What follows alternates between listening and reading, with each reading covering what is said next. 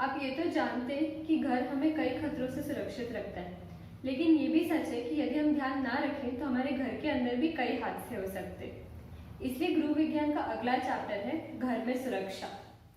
यदि आप अपने यादों के कटोरे में देखेंगे तो आपको कई हादसे याद आएंगे और ये हादसे मुख्य तौर पर 7 प्रकार के होते हैं। गिरना, कटना, जलना, विषक्ता, कीड़ों का काटना या डंक मारना, बिजली का झटका या फिर दम घुटना। इस चैप्टर के लिए हमें इन 7 हादसों के बारे में जानना है और ये जानना है कि हम इन्हें होने से कैसे रोक सकते हैं। फिर हम ये सीखेंगे कि यदि ये हो जाए, यदि ये हादसा हमारे घर में हो जाए तो हम उसके लिए प्राथमिक चिकित्सा यानी कि फर्स्ट एड कैसे कर सकते हैं। इस बार भी हम सारे हादसों को डिस्कस नहीं करेंगे। जो हमारे टेक्स्ट बुक में बड़े बड़े हिस्से हैं हम उनको इस वीडियो में कवर करेंगे। सबसे पहला हादसा हम देखेंगे कट्स। घर में किसी को भी, खास करके बच्चों को, त्वचा पे कट्स ना आ जाए इसके लिए हमें छोटी छोटी चीजों का ध्यान रखना होता है। जैसे कि हमारे टेबल या कबर्ड में कोई नुकीला कोना नहीं होना चाहिए। इसके अलावा हमें ध्यान रखना होता है कि चाकू या ब्लेड्स जैसी चीजें हम बच्चों की पहुंच से दूर रखें। आपको परीक्षा में पूछा जा सकता है कि यदि आपके घर में कोई कांच की चीज गिर के टूट गई तो आप उसके छोटे छोटे टुकड़े कैसे उठाएंगे। इसका जवाब है कि या तो आप किसी गीले कपड़े से या फिर गूंदे हुए आटे से उन छोटे छोटे टुकड़ों को उठा सकते हैं जिससे आपकी त्वचा पे कोई भी कट ना है। अगला हादसा हम देखेंगे विषक्ता। विषक्ता यानी किसी विष समान वस्तु को अनजाने में खाया पी लेना। ऐसा अक्सर बच्चों के साथ हो सकता है क्योंकि उन्हें खाने की वस्तु और हानिकारक वस्तु में फर्क नहीं समझ आता है। इसलिए हमें शैम्पू, दवाइयाँ, फिनाइल ऐसी चीजें ऊपर के शेल्फ पे रखनी चाहिए ताकि बच्चे उन तक पहुंच ना सके। इसके अलावा हमें हमारे घर में एक्सपायर्ड या पुरानी दवाइयाँ नहीं रखनी चाहिए। इसके अलावा उन डब्बों में जिनमें हम अक्सर खाना रखते हैं उनमें गलती से भी कोई ऐसी वस्तु नहीं रखनी चाहिए जो किसी केमिकल की बनी हो। अगला हादसा है बिजली का झटका। इसको रोकने के लिए हमें किसी भी स्विच को बंद करते वक्त या बिजली का कोई भी उपकरण इस्तेमाल करते वक्त रबर की चप्पल पहननी चाहिए क्योंकि रबर से बिजली नहीं गुजर सकती है। इसके अलावा हमें कभी भी गीले हाथों से बिजली के उपकरणों का इस्तेमाल नहीं करना चाहिए। हमें एक प्लग पॉइंट पे एक से ज्यादा प्लग लगाकर उस पर भार नहीं बढ़ाना चाहिए। किसी भी वायर या चार्जर के ऊपर का रबर अगर निकल गया है तो हमें उसे सेलो टेप या किसी प्लास्टिक से ढक देना चाहिए। आखिरी हादसा जो हम इस वीडियो में देखेंगे वो है दम घुटना। ये भी खास करके बच्चों को हो सकता है।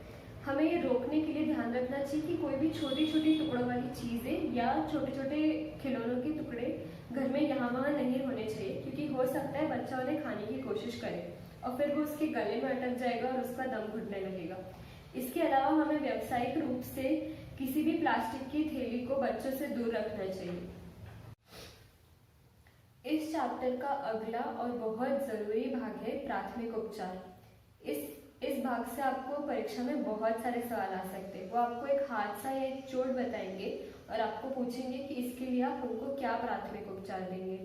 तो हम पहले इसका मतलब समझते हैं। जब हमें या हमारे आसपास कोई भी हादसा हो जाता है, कोई चोट लग जाती है, तो हमें उन्हें अस्पताल लेके जाना होता है जहाँ पे उनका व्यावसायिक उपचार हो सके, उनकी ट्रीटमेंट हो सके। पर चोट लगने से लेके अस्पताल जाने के बीच में उस चोट का प्रभाव और ज्यादा ना बढ़े उसके लिए हम उन्हें कुछ आरंभिक उपचार देते, कुछ शुरू में उनके लिए चिकित्सा करते हैं।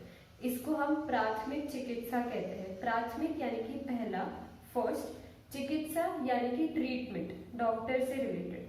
फर्स्ट एड, पहली स्थिति जिसको हम देखेंगे वो है हड्डी टूटना या फ्रैक्चर होना। खेलते कूदते वक्त, भारी सामान का काम करते वक्त ऐसा हो सकता है कि गिरने से या धक्का लगने से हमारी हड्डी टूट जाए। उन्हें अस्पताल पहुंचाने से पहले हमें ध्यान रखना चाहिए कि हमें जिस भी हिस्से में चोट लगी है, जिस भी हिस्से की हड्डी टूटी है, उस पर ज्यादा भार नहीं देना है, उसको ज्यादा हिलाना नहीं है। और किसी फट्टे से, जिसे हम स्प्लिंट कहते हैं, या तो लकड़ी का या तो छाते से, किसी कड़क वस्तु से उस हिस्से को हमें सपोर्ट देना होता है और उसे हड्डी के ऊपर और हड्डी के नीचे बांध देना होता है। इसके अलावा अगर चोट लगते वक्त आपकी कोई हड्डी बाहर आ गई है तो उसे अंदर ढकेलने की कोशिश नहीं करनी चाहिए। दूसरी स्थिति है मोच आना। मुझे अक्सर डांस करते वक्त या फिर जल्दी में चलते वक्त मोच आ जाती है। ऐसे में हमें उसे कम से कम 1 घंटे के लिए उसके ऊपर ठंडा बर्फ की थैली लगा के रखनी चाहिए। उसके बाद हमें उस पर प्रातः ग्रोधी क्रीम यानी कि बाम जैसा कुछ लगाना चाहिए और फिर क्रैप बैंडेज से उसे कसकर बांध देना चाहिए। उस हिस्से पर जोर नहीं देना है और उसको ज्यादा हिलाने की कोशिश नहीं करनी है। तीसरी स्थिति है रक्तस्राव। जब खून बहने लगे तो आपने देखा होगा फर्स्ट एड बॉक्स में एक सफेद कलर की जाली वाली पट्टी होती है जिसे हम विंस्क्रमिक गॉज कहते हैं। इसको आप उस चोट वाली जगह पर अच्छे से लपेट लें। यदि उसके बाद भी आपका खून बह रहा है तो आप उस पर एक बर्फ की ठंडी थैली लगाएं। चौथा स्थिति है बेहोशी। यदि आपके आसपास कोई बेहोश हो जाए तो सबसे पहले उनके आसपास की भीड़ को हटाकर उनको आराम से जमीन पर लिटा दीजिए। उनके जो कपड़े हैं उनको हल्का से उनका ऊपर का बटन खोल दीजिए या उनका बेल्ट खोल दीजिए ताकि उनकी शरीर में हवा आ सके। इसके अलावा उनके हाथ या पैर को जोर जोर से घिसे ताकि उनके रक्त का बहाव बढ़ सके और उनके ऊपर पानी के कुछ छींटे मार दीजिए। अभी जलने का जो हादसा होता है वो 2 तरीके से हो सकते हैं। या तो आपकी त्वचा किसी आग के स्रोत से जल जाए या फिर वो किसी रसायन यानी केमिकल से जल जाए।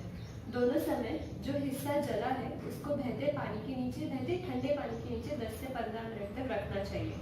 ऐसे में हमें किसी बर्फ की थैली उस हिस्से पर नहीं रखनी चाहिए क्योंकि उससे फोड़े आ सकते हैं। इसके कुछ घरेलू उपचार भी है, जैसे कि एलोवेरा जो कैक्टस होता है उसका जेल निकाल कर आप उस पर लगा सकते हैं। अगले हादसे है बिजली का झटका लगना या विद्युत मरण। दोनों हमें बिजली के उपकरणों से हो सकते हैं। बिजली का झटका लगना यानी जैसे कि आप इस्त्री कर रहे हो, आपको हल्का सा करंट लग जाए, किंतु विद्युत मरण के टाइम पे आपका शरीर उस उपकरण के साथ अटक जाता है और आपको बार बार झटका लगते रहता है। किसी को बिजली का झटका लगा है तो हमें उन्हें लिटाकर उनके शरीर को गर्म रखना है। हमें उनके ऊपर एक कंबल ओढ़ देनी है या फिर हम गर्म पानी से भरी बोतलें उनके आसपास रख सकते हैं। जब कोई विद्युत मरण की स्थिति में फंस गया है तो हमें सबसे पहले जो बिजली का स्रोत है उसकी स्विच बंद कर देनी चाहिए ताकि वहां पे बिजली का सप्लाई आना बंद हो जाए।